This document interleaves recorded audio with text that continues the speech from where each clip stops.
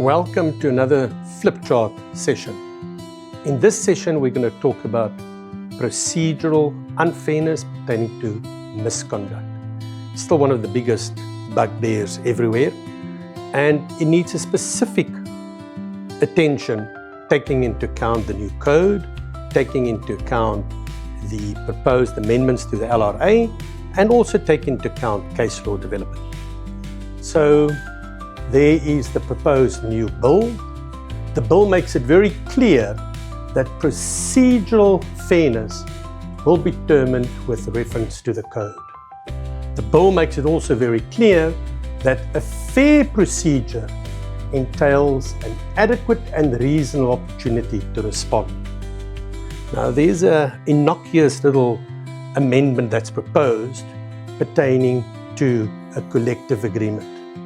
Currently, the CCMA and the bargaining councils only have jurisdiction to deal with interpretation and application of collective agreements.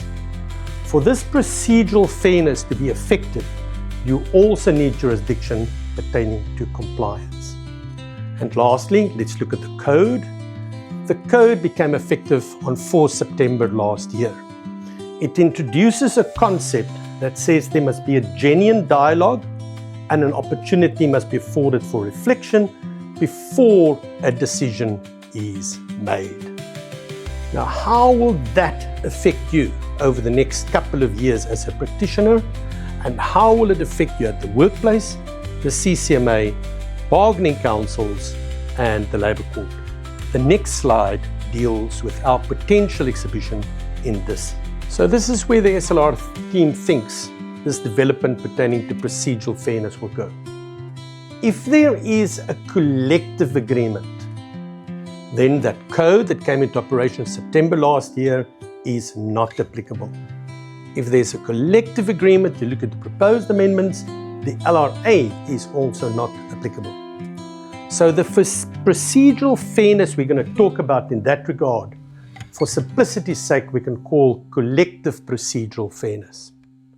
It's not a universal application, because what parties in one instance regard as procedurally fair and put in a collective agreement will be different from what they regard in another instance, or different parties would regard as fair.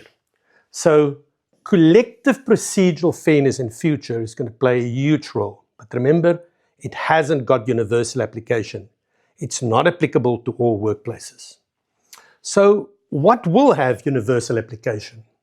When there is no collective agreement, when there is no contractual entitlement, then and then only will item 11.1, for instance, the code be applicable and LRA procedures be applicable. That fairness has to be differentiated from that fairness over there.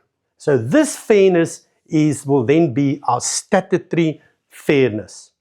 It's based on the Avril Elizabeth Home cases, and it should not mirror what happens in court.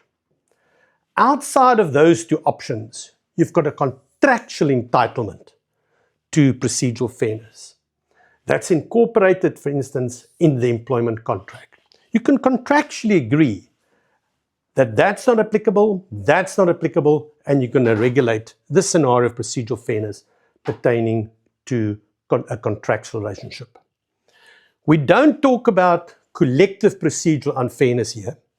We don't talk about statutory procedural unfairness here, but we talk about procedural unlawfulness. That matter is not dealt with by the CCMA or the Bargaining Council. This matter is either High Court litigation or litigation in the Labour Court in terms of the BCA. Thank you so much for listening to this session. Thank you for taking the time to fit us into your busy schedule. Our seminar starts very soon. 1st of July, we kick off in Gqeberha, and we finish round about halfway through September. See you there.